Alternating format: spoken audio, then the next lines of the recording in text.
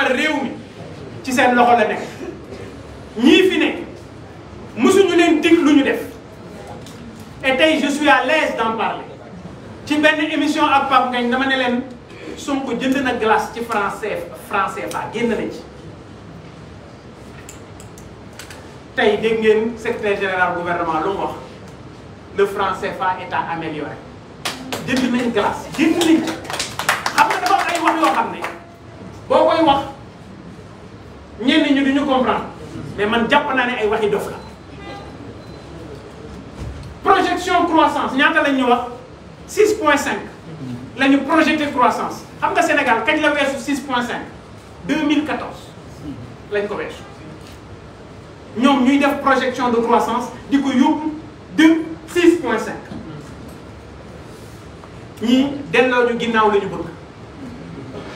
ñii dañoo bëgg ñuy lekk xeer ñii dañoo bëgg toroxal ñii dañoo bëgg toroxal Sénégalais maintenant nag li ci des c'est à votre niveau li ci des mooy yéen ñi nekk ci secteur informel nous avons 3 500 000 entreprises individuelles 3 500 000 entreprises individuelles bu ñu amoon gouvernement yu smart ay gouvernement yu intelligent génn nañ ci dégg naa leen ci biir document bi ñuy wax transformation li des daal mooy jël programme mu tekki rek ne léegi comme amuñu projet programme mu tekkee ngi nii def nañ ko projet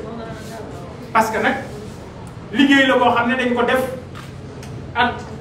ay nit ñoo xam ne ñu bëgg réew mi la ñu wër réew mi parcourir 640 000 kilomètres ci biir Sénégal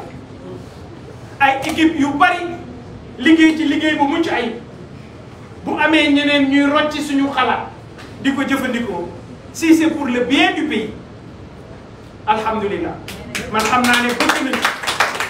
man xam naa ne Sonko bëgg na mais man bir na ma ne Sonko am na yéen mais doom day mën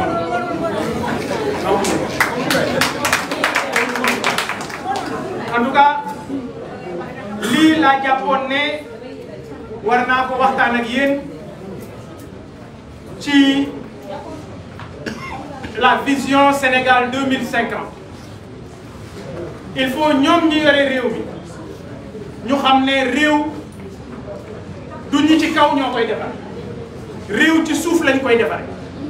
et réew boo koy defar ci suuf da ngay ànd ak ñi nga xam ne ñoom ñooy créateur de richesse yi ñi nga xam ne ñooy créer ay entreprise ñi nga xam ne ñooy liggéeyloo ay doomu aadama ñi nga xam ne ñoo am xam-xam pour def création de richesse ñooñu ngay àndandoon encadré leen pour que ñu mën a defar Sénégal yàlla xam na ne am nañu ay nit ñu am xam-xam am nañu ay nit ñu am yéene ci réew waaye dafa fekk ne ku ñu boolewul ci mbir ku ñu woowul ci ngénte boo fa demee boo tojee kaas di nga fay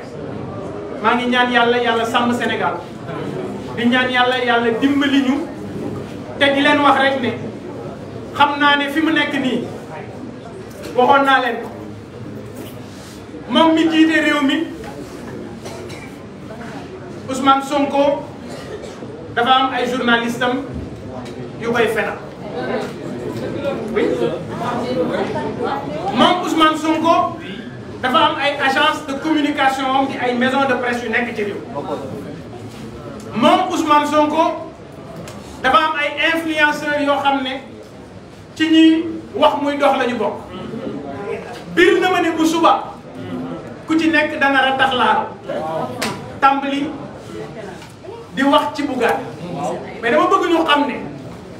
loolu defuma tarafatal ay plus ngeen di gën di wax ci man plus ma gën di leen a son plus ngeen di gën di fen plus may gën di génn di leer tey jii woo ngeen réew mi cib ndaje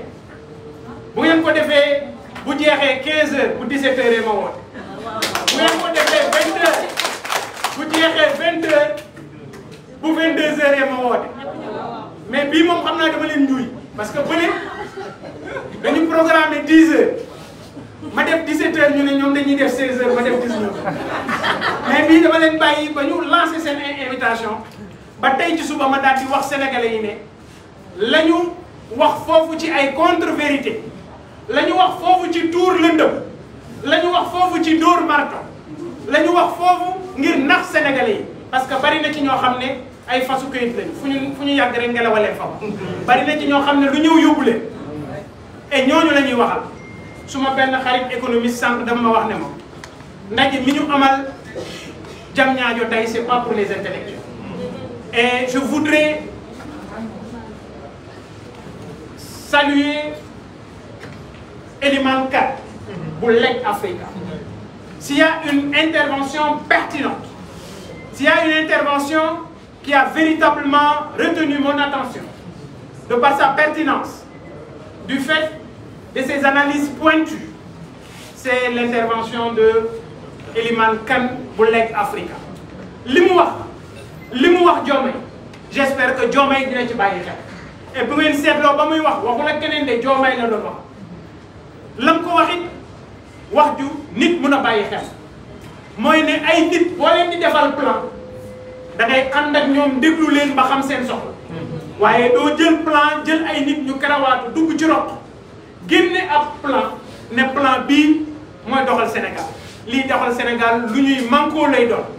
luy doxal Sénégal lu ñuy déggoo lay doon luy doxal Sénégal lu kilifa diine yi di ñaan lay doon luy doxal Sénégal day jël en considération mag ñi ndaw ñi jigéen ñi ñëpp ñi nga xam ne ay forces vives de la nation lañu forces vives yooyu ñu ngi leen di woo pour le 17 incha allah la coalition Sàmm Sa Kàddu amenée par Pape Djibril Fall par Thierno Bocoum par Anta Babacar par Le Pur par Déthié par Barthélémy Dias ñi nga xam ne moom mooy suñu tête de liste gis ngeen ko fi léegi ci ay liggéey yu ñu nekkoon. C'est juste pour dire ce bloc générationnel taxaw nañu pour soppi Sénégal kon yéen waa Sénégal yéen a ci des élection yi takk leen seen ndigg campagne bi na ngeen génn na ngeen wax ak nit ñi waxtaan leen ak nit ñi wax nañ leen ñu génn voter massivement pour la coalition Sàmm Sa Kàddu maa ngi leen di gërëm jërë ngeen jëf.